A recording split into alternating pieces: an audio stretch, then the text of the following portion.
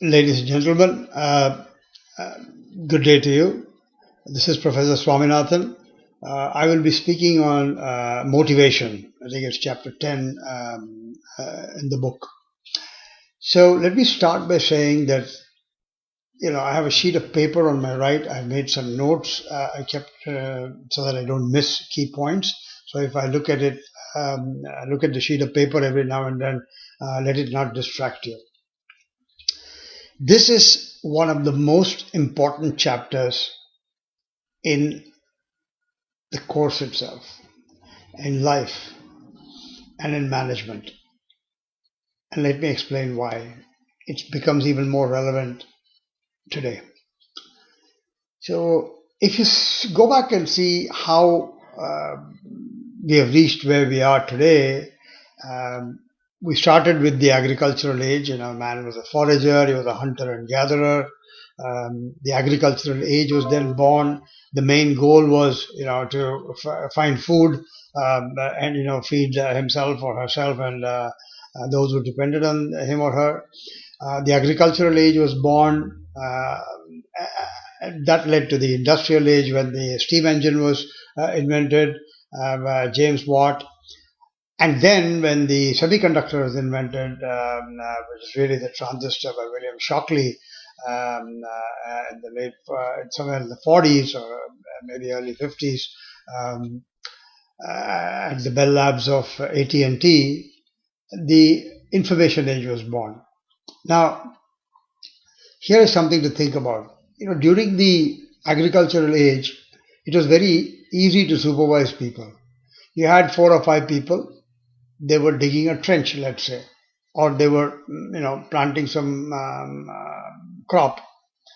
The supervisor could physically watch what was going on. He or she could determine how hard each person was working. I mean, it was physically visible.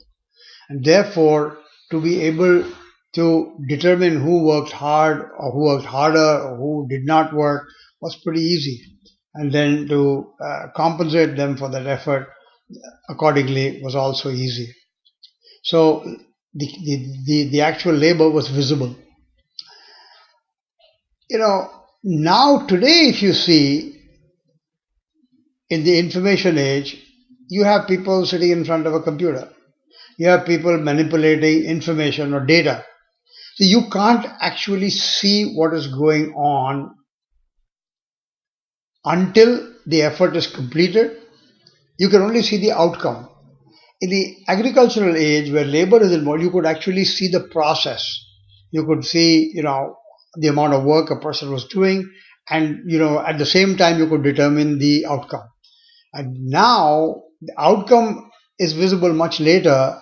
The effort is going on. So it's very hard to figure out. If someone looking at a computer screen or someone is working remotely, it's very, very hard using the metrics from the agricultural age to determine whether that person is working hard or not. You could be sitting in my class, staring at me, thinking about something else. I have no idea whether you're actually listening to me or not. But this is a real problem. So in the information age, the only way to motivate people is to inspire them. You've got to reach their hearts so that their hearts connect with their heads, and therefore you connect with their heads, and they are willing to do what you want them to do. Now remember, what does a manager do? A manager gets things done. Now, if a manager can get things done, the individual being happy to do the job, wanting to get that done, then obviously the outcomes will be far better. The effort will be far superior. So then, if you have to reach out to people's hearts, you need to motivate them. And that's the reason why the chapter of motivation or this concept of motivation becomes very, very important in the information age. And it can only grow more important with time because information, innovation, none of these things can be actually, you can't touch it, you can't feel it. So, if you can't feel it, then it must be real. It's almost come to that point where if you can touch it, it's not real anymore. So this is the age in which we live. And that's why we need to understand the concept of motivation very, very deeply. So here's something to think about. I don't think there are many people on this earth who get up in the morning and say, who do I go and hurt today? Who should I screw up today? Who should I trouble? Who should I put someone, who is the person I should put difficulty? We don't think like that. Most of us don't. We get up in the morning saying, what can I accomplish and what positive things can I accomplish? So, when that is true, why do managers end up hurting their staff and demotivating them so frequently? I mean, constantly I hear, and I have experienced this myself, that people are able to demotivate their staff, managers are able to demotivate their people much, much more easily than if they are able to motivate them. And that's something we got to think about. So the point I'm trying to make is your manager's attitude has an abnormally large effect on you and your work. Similarly, your attitude has an abnormally large impact on your subordinates, on the people who report to you, on the team that you work with.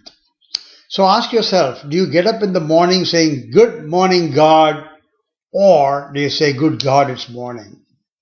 Because if it's good God, it's morning, please go back to bed. If you get to work in that state of mind, you're going to pollute the environment, you're going to upset people, everyone is going to be demotivated. You would be actually doing your organization a favor by staying back at home and going to work only when you feel much better. The other thing is people mimic the behaviors of their superiors. We all mimic our bosses. So if you demonstrate a bad mood, you can bet your boots that your staff will also demonstrate a bad mood. And when they demonstrate a bad mood, the customer immediately suffers, the organization suffers. So by poisoning the work environment, the manager ends up poisoning the minds of his staff or her staff. But this is something to really, really understand. Unhappy employees cannot deal with happy customers. They will make customers unhappy. Unhappy customers lead to unhappy employees lead to unhappy customers. Please remember this. So it's very important to make sure that as a manager, you create an environment which fosters happiness, which fosters some kind of positive state of mind, and that will really percolate to the customer. Because motivation comes from happiness. That's the other thing. You're motivated when you're happy. So we need to learn to be happy. And this is a personal choice we make. It's a very personal choice we make. Therefore, my suggestion to you is the best form of motivation is from within. When you're motivated from within, then no one can control your state of mind. In other words, self-motivation means you have complete control over your attitude. When you have complete control over your attitude, you do not allow others to manipulate your attitude or to affect your attitude unduly. This is not easy, and it requires a considerable amount of self-confidence and courage, a belief in yourself that what you're doing is the right thing, and therefore you will not be influenced by the negative behavior of others around you. Now, in terms of theories, there's a gentleman called Abraham Maslow who introduced the concept of hierarchy of needs. And he actually said that there are 5 levels of needs, starting with physiological needs, then safety needs, social needs, self-esteem needs, and finally at the top of the heap, self-actualization needs. And what he said was, it's like a pyramid. You've got physiological needs, safety needs, social needs, self-esteem needs, and self-actualization needs. But the most basic need is the physiological need. I need food, I need water. I need food because I'm hungry, I need water because I'm thirsty. That is the basic, and I need some shelter. So this is the fundamental need. Now only after that need is met, do I start worrying about safety.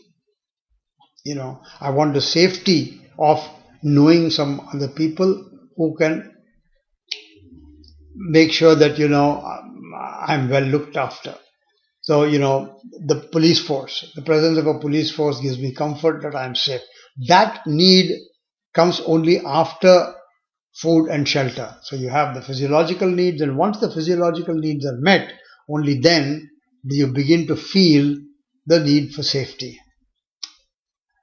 After the need for safety is met, then and only then do the social needs come. The social needs is, we are all social animals. Human beings are social animals.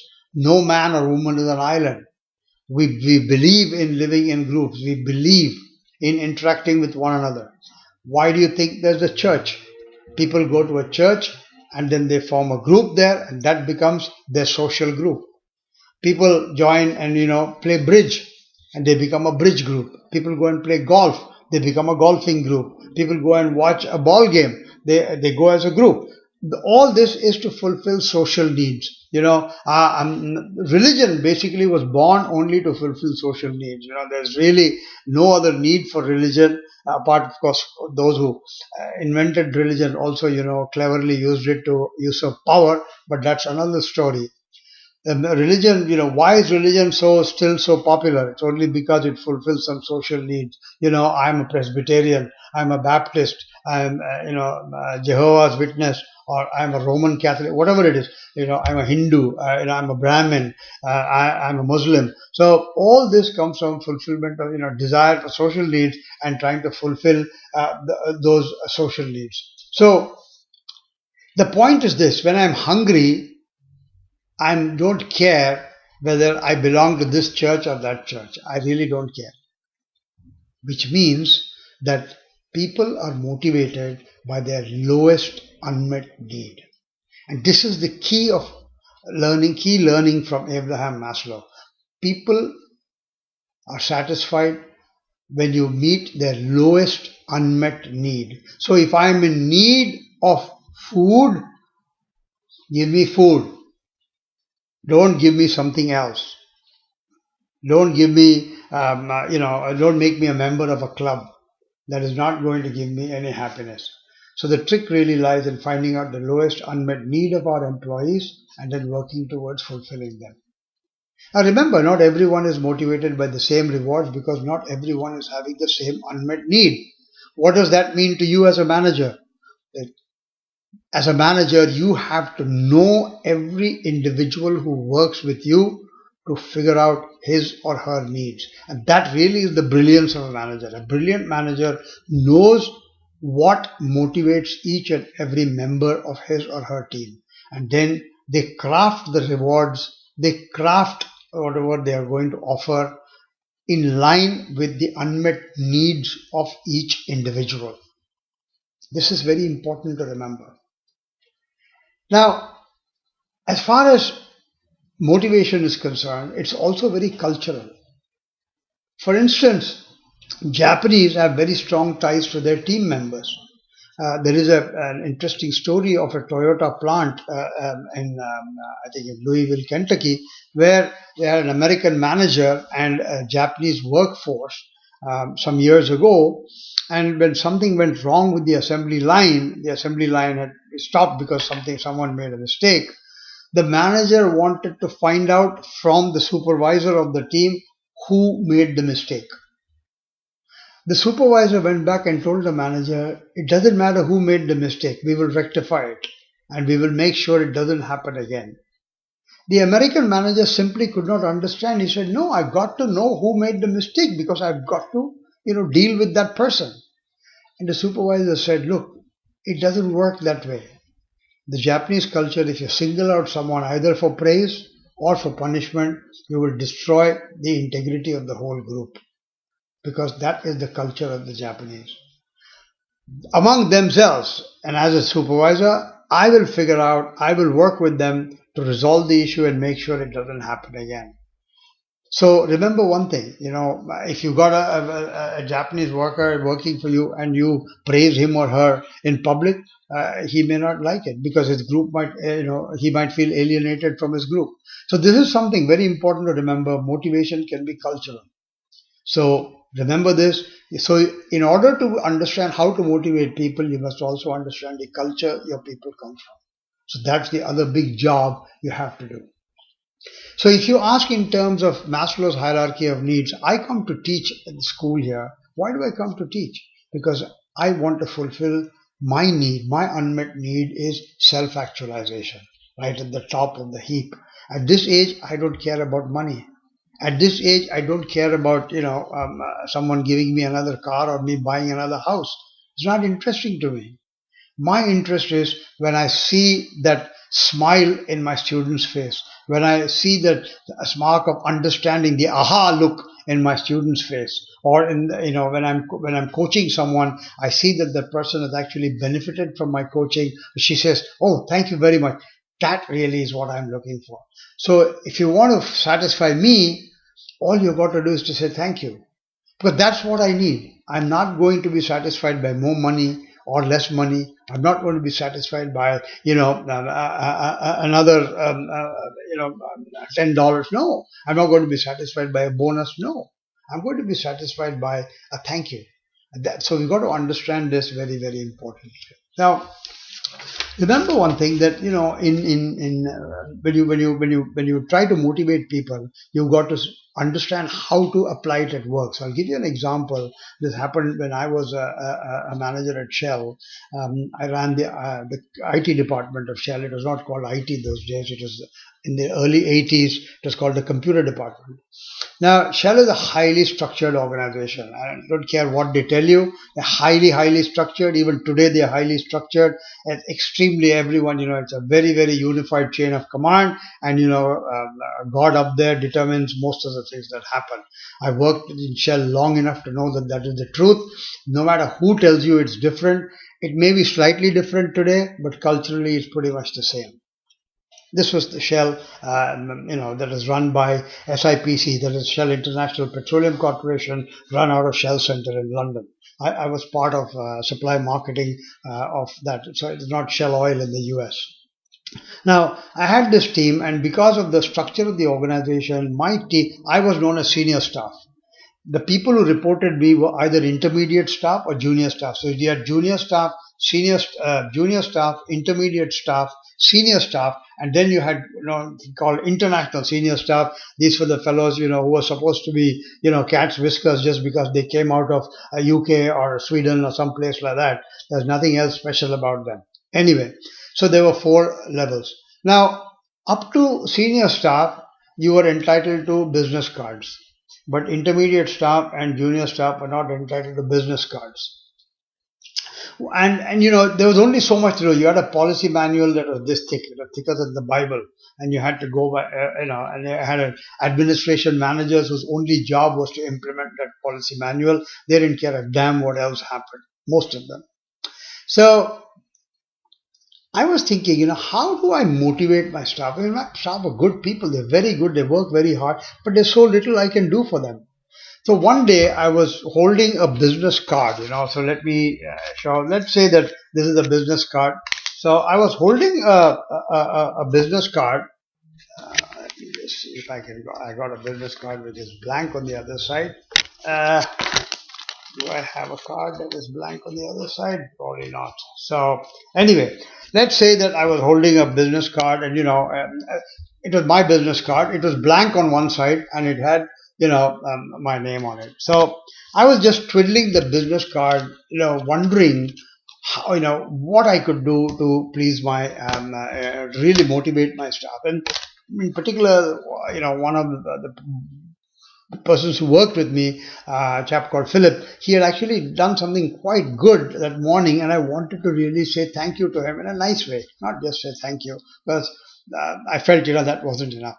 And while I was twiddling with my card, I noticed that one side of the card was blank. So it suddenly struck me that I could write thank you, Philip, on the back of the card and leave that card on his desk when he was not there. So I quickly wrote, "Thank you, Philip," and left the card on his desk while his desk was empty, and came away. Philip came back to me after about an hour or so with the card saying, "Sam, did you leave this on my desk?" I said, "Yeah." He said, "Oh my God, thank you very much. I really appreciate it." I could see the joy on his Philip's face. This is such a simple gesture. So this got me thinking. So what I started doing was to issue cards to everyone. Whenever they did a good job, I would write "well done" or "thanks" and then mention very, very briefly, just 2 words or 3 words of what the job was, and leave it quietly on the desk of that individual. A simple task like this received so much appreciation. They were really charged. I mean, it cost me nothing.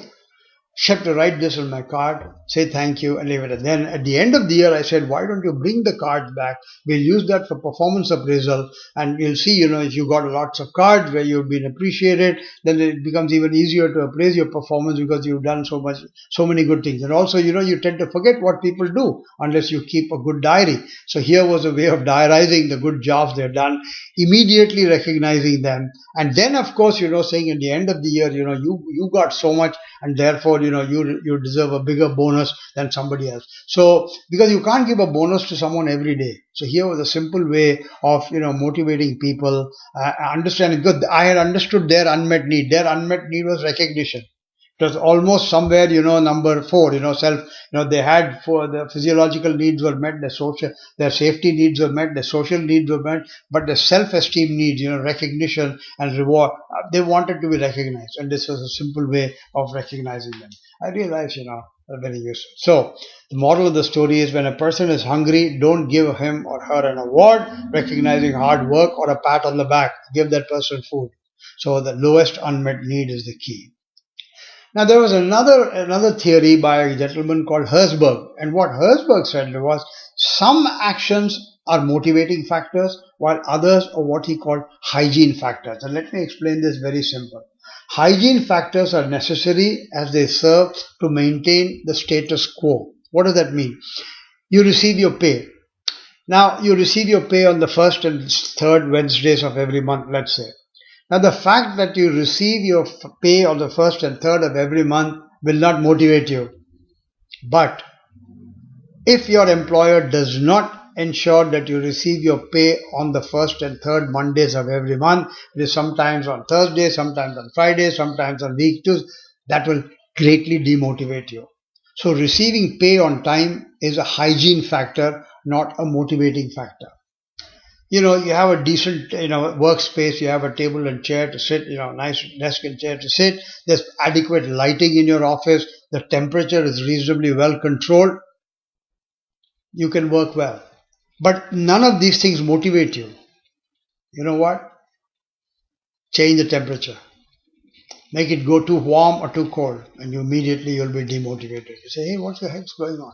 So these environmental factors or climate factors are purely not motivational factors, they're hygiene factors. They are necessary to keep you happy. The absence will make you unhappy. The presence will not motivate you. The presence will not motivate you, but the absence will immediately demotivate you. And this is a very important point to consider. Great managers get to know their people very well. This helps them determine what motivates each person. They then devise strategies for each team member. So it's like horses for courses, or different strokes for different folks. Now, going back to salary, I've got to suggest one thing to you. I've got to tell you one thing. Be careful awarding salary increases. Because once you award an increase, you cannot take it back, because immediately it will become a hygiene factor. If once you give something to an employee, it's very, very difficult to take it away and expect the employee to remain motivated. But the point is that when you do give a salary increase, it is that motivation is very short-lived. I mean, think about it. You're earning $60,000 a year today.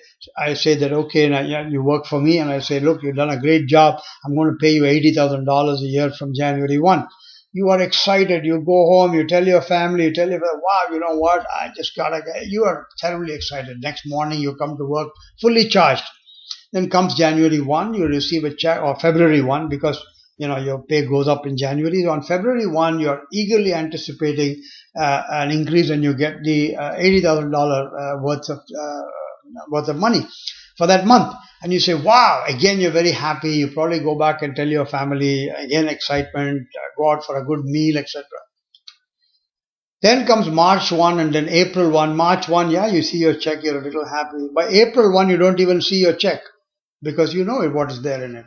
So the motivation, the high that lasted less than 2 months.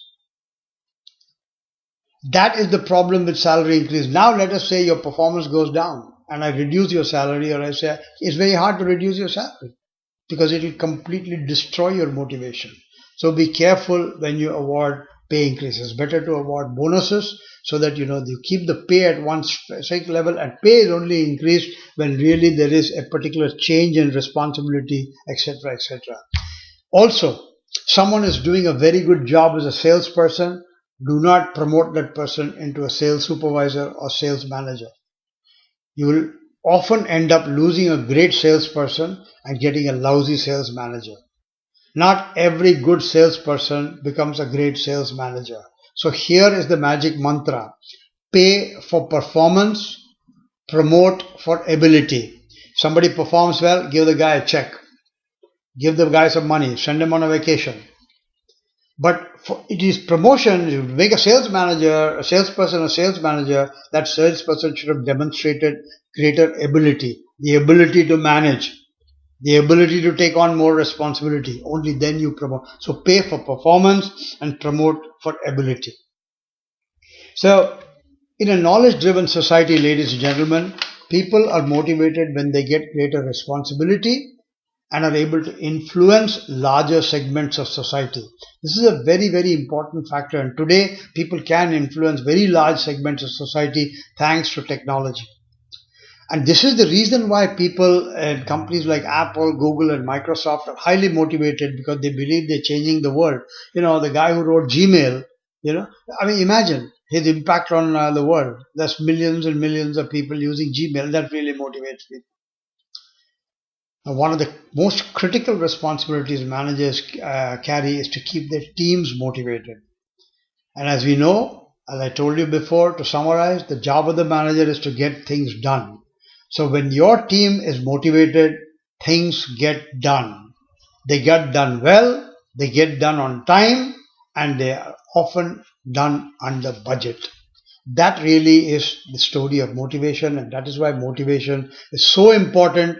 Do not forget, if you cannot motivate your people properly in an information-driven age where innovation is the key, where people have to bring their minds to work, not just their heads to work, not just their hands, you will simply not be able to get the best. You cannot see what they do, and therefore you have to inspire people. To inspire people, you got to motivate them. I hope you get a good handle on motivation. I hope you read the text now and you should be able to understand better.